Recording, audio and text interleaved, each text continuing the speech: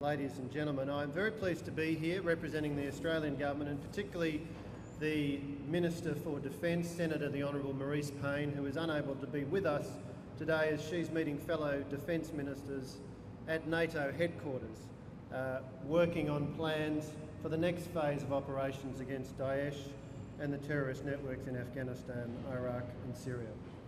Look, it is a great pleasure and a great privilege to be here on this enormously impressive US warship off the coast of Sydney for the official opening of exercise Talisman Sabre 2017.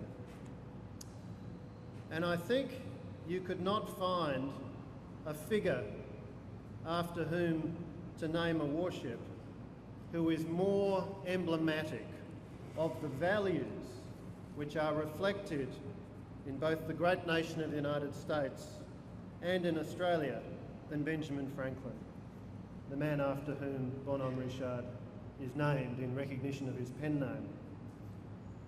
An inventor, a diplomat, a writer, a polymath, somebody very closely involved in the creation of the United States.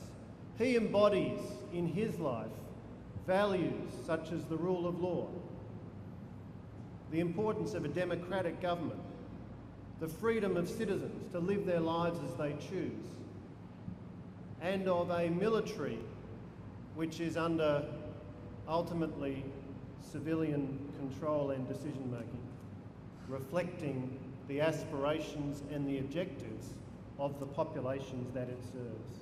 These are values which are core to the United States. They are values which are core to Australia. They are values which our two nations share.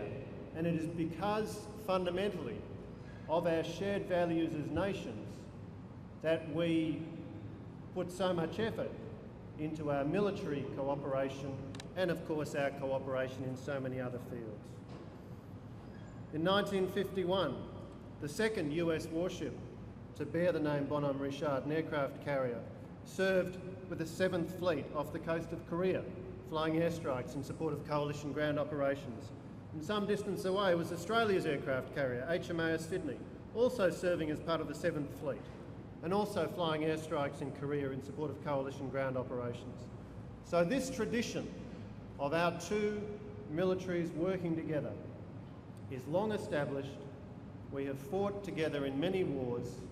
Our alliance is very deep and based on shared values, but as the Admiral has said, it is so important that we are constantly refining and developing our collective skills, and that is why Talisman Sabre is so important, so that the US military, the Australian Defence Force, can test ourselves, our platforms and our systems, and to demonstrate to the world the resources that we are collectively putting into the defence of our nations and the defence of our values. And that, of course, is one reason why Australia has committed to increase our spending on defence to 2% of GDP.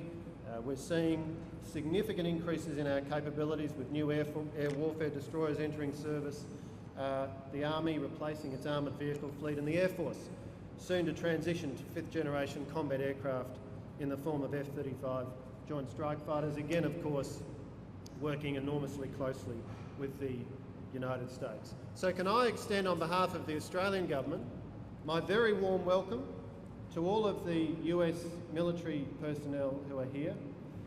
Can I encourage you to spend some time seeing our beautiful country? Enjoy it. Please spend some money while you're here. Have a good time.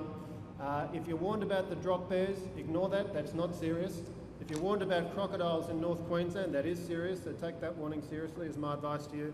But most of all, thank you for the work that you do, defending your nation, defending our nation, and to the military personnel of both countries represented here, may I wish you on behalf of the Australian Government a successful and effective Operation Talisman Sabre 2017, and we hope at the end of this exercise that you are more effective, more skilled, more capable than you already are. Thank you very much.